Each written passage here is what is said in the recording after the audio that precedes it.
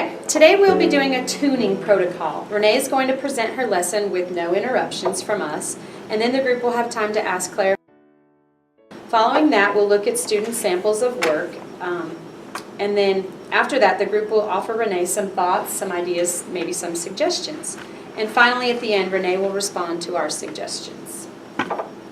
This is a lesson that I use in my 11th grade U.S. history class. It's a class with all different ability levels. It's a lesson about the Civil War. We focus on letters that were actually written during the Civil War. Basically how this lesson goes is that first students will take notes on life during the Civil War, life for soldiers, life for civilians, and how the war changes things for all of those different groups. Students will read 3 letters that were written during the Civil War.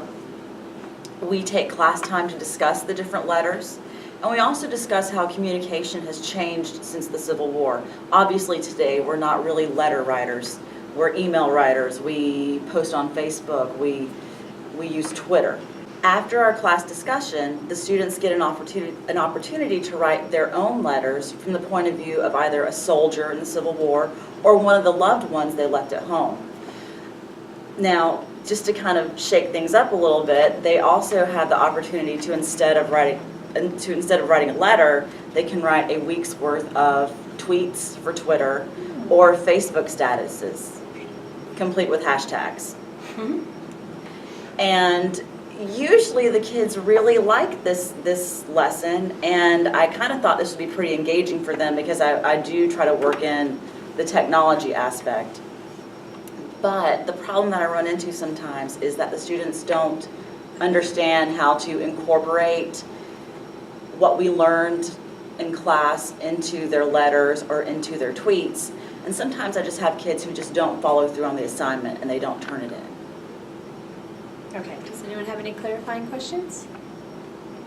Do you give them like a word bank or like a location, something to help them like move things forward? Like I was in this battle, include these words, include this battle, or include this timepiece with it? Not formally. Okay. Sometimes I'll walk around and give them suggestions. Okay. Yes. How long does this whole lesson take, like to do reading the letters and then follow up with the assignment? Usually takes about an hour. Okay.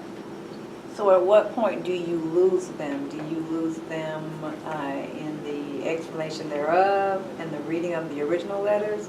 Or do you lose them when it's time for them to do their own thing? Like when do they check out? Usually when it's time for them to do their own thing. They actually enjoy the letters, but then when it's time to turn in the assignment, they don't. Some of them just don't do it. Do students have options to do any other kinds of characters or parts, or is it just soldiers or loved ones? It can be soldiers or loved ones, Union soldiers, Confederate soldiers. So I give them a lot of leeway with their character, with who they choose to be. And then as far as like the student work itself, do you get them to like organize and present their stuff like on a poster, or is it just simply just on a piece of paper? Is it something that they're going to hang up later and like actually present, I guess, to their classmates? Usually they just turn it in on notebook paper, and then sometimes we share a little bit of what they've composed in class. Did you say you set a length? Like if it's a tweet, or do you have a certain, I mean, is there something they have to follow? If they choose to do the tweets or the Facebook statuses, I tell them to think about maybe a week's worth of statuses, which for me might be 1 a day. Okay. For them, it kind of varies, but I usually ask for at least 7. All right, so now let's look at some student samples. Here are some letters, some tweets. Here, I'll do it. These are the actual letters that we read in class, too. You want one of those? Yeah. Let me check.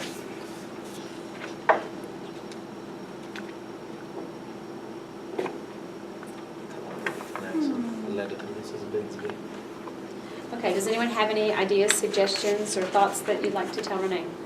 Have you actually figured out how to create a fake Facebook page that is for Miss Hughes' history class so that they can actually submit via the technology as opposed to me writing it on the paper?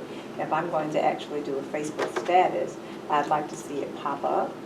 Or create a Twitter feed so that they can submit it that way. If you don't necessarily have access to the computers right at the time, you could create a poster where they just kind of create a fake book logo and kind of like a little diagram for their picture, their information that they want to post, and just have people comment. Like you could go around the room and actually rotate and have people comment on their tweets or on their Facebook Reply posts. backs. Yeah, reply backs. Something I was thinking about that I often have to do with my English class is do one as a class, like maybe just, okay, well, if this soldier was going to be tweeting, what kinds of things would he say? Just kind of get them started, like rolling as a class where the class is kind of brainstorming ideas. And Or get then, everybody to submit and then their after, tweet for that. right, and then after a little while, kind of stop them and say, okay, now go ahead and do your own. I know the Twitter gets their interest, but those letters were really good, and I like seeing them do that.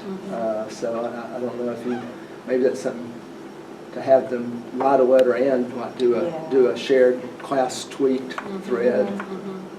But those letters were really good, and that was impressive.